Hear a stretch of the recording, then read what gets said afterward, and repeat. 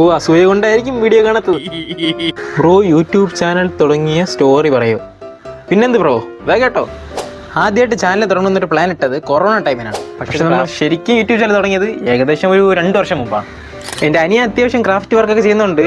അവന് വേണ്ടിയിട്ടാണ് YouTube channel തുടങ്ങി കൊടുത്തത്. ആദ്യത്തെ കുറച്ച് വീഡിയോസ് എല്ലാം അവൻ കൃത്യമായിട്ട് ഇടുന്നുണ്ടായിരുന്നു. അത് കഴിഞ്ഞപ്പോൾ പിന്നെ അവൻ വീഡിയോ ഇടുന്നതൊക്കെ തൽക്കാലം ഒന്ന് നിർത്തി വെച്ചാൽ. അതുകൊണ്ടിപ്പോൾ നമുക്ക് അങ്ങോട്ട് കൊടുക്കാൻ പറ്റത്തില്ലല്ലോ. അതുകൊണ്ട് എന്ത് ചെയ്ത് ആ ചാനൽ ഞാനങ്ങ് ഏറ്റെടുത്തു. അങ്ങനെ ഞാൻ തന്നെ വീഡിയോ ഇടാൻ തീരുമാനിച്ചു.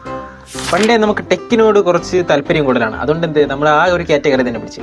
അപ്പോൾ ആദ്യം തന്നെ നമ്മൾ വീഡിയോ ഇട്ട് തുടങ്ങുന്നതിന് മുമ്പ് നമുക്ക് കുറച്ച് സബ്സ്ക്രൈബേഴ്സെങ്കിലും വേണ്ടേ. അതിനായിട്ട് എന്ത് ചെയ്ത് നമ്മൾ കുറച്ച് കുടുംബക്കാരും കൂട്ടുകാർക്കെല്ലാം അയച്ചു കൊടുത്തിട്ട് സബ്സ്ക്രൈബ് ചെയ്യണം, സപ്പോർട്ട് ചെയ്യണം, അങ്ങനെയുള്ള കാര്യങ്ങളെല്ലാം പറഞ്ഞ് എല്ലാ യൂട്യൂബേഴ്സും തുടക്കത്തിൽ ചെയ്യണ അതേ പരിപാടി തന്നെ. ആദ്യം ഇവരെല്ലാം നല്ല സപ്പോർട്ടായിരിക്കും. പക്ഷെ കുറേ ദിവസം നമ്മളിങ്ങനെ വീഡിയോ ഇട്ട് വരുന്ന സമയത്ത് പിന്നെ അവരങ്ങ് ശ്രദ്ധിക്കാതെ കമൻറ്റ് ഇടാതെ കണ്ടന്റ് ലൈക്ക് ഇടാതെ ചിലപ്പോൾ കാണാൻ പോലില്ല. പക്ഷെ നേരിക്കണ്ട ചോദിക്കും, യൂട്യൂബ് ചാനലിലേക്ക് എന്താടാ? അത് കേൾക്കുമ്പോഴേ മനസ്സിലാവും ആരും നമ്മളെ വീഡിയോ കാണുന്നില്ല എന്ന്. ചിലപ്പോൾ അസൂയ കൊണ്ടായിരിക്കും വീഡിയോ കാണാത്തത്. പിന്നെ ഇതിൻ്റെ ഒരു മെയിൻ പാർട്ട് എന്താണെന്നറിയാമോ? നമ്മളിത് വീഡിയോ ഇട്ട് കഴിഞ്ഞാൽ നമ്മുടെ ചില കൂട്ടുകാരന്മാരത് കൃത്യമായിട്ട് കാണും. സ്കൂളിൽ വന്നിട്ട് നമ്മൾ ഒരേ കളിയാക്കലായിരിക്കും. അത് കേൾക്കുമ്പോൾ നമുക്കൊരു മനസ്സിന് ഒരു വേദന ഉണ്ടാകും. പക്ഷെ അത് നമ്മൾ നോക്കി നിന്ന് കഴിഞ്ഞാൽ നമ്മുടെ വീഡിയോയുടെ നടക്കില്ല, നമ്മളെ കാര്യം നടക്കില്ല.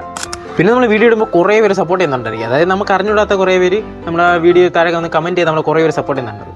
എന്നാൽ അതിനേക്കാൾ മോശമായിട്ട് ഒരുപാട് പേര് കോൺഫിഡൻസ് കളയാൻ വേണ്ടി കുറേ ശ്രമിക്കും. ആദ്യം അതെല്ലാം കാണുമ്പോൾ നമുക്ക് നല്ല വിഷമം തോന്നും. പിന്നെ ഒരു കാര്യം, അതൊക്കെ നോക്കി നിന്ന് കഴിഞ്ഞാൽ നമ്മളെ കാര്യം നടക്കത്തില്ലല്ലോ.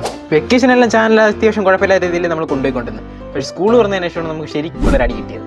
അതായത് ഇത് ശ്രദ്ധിക്കാൻ പറ്റത്തില്ല, പഠിത്തം ശ്രദ്ധിക്കാൻ പറ്റത്തില്ല, അങ്ങനെ പ്രശ്നങ്ങൾ വരത്തില്ല. എക്സാം ഒക്കെ വന്ന സമയത്ത് നമുക്കത് അങ്ങോട്ട് മാനേജ് ചെയ്യാൻ പറ്റില്ല. അതുകൊണ്ട് നമ്മൾ എന്ത് ചെയ്ത് വീണ്ടും ഒരു സൈഡിലോട്ടം വെച്ച്, അതായത് ശനിയും ഞായറും പോലും ചിലപ്പോൾ നമുക്കത് വീഡിയോ ഇടാൻ പറ്റാത്ത അവസ്ഥയായി.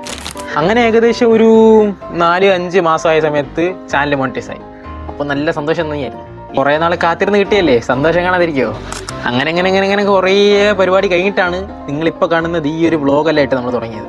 കഥ പറയുന്നതെന്ന് കഴിഞ്ഞാൽ ഇന്നൊന്നും തീരത്തില്ല.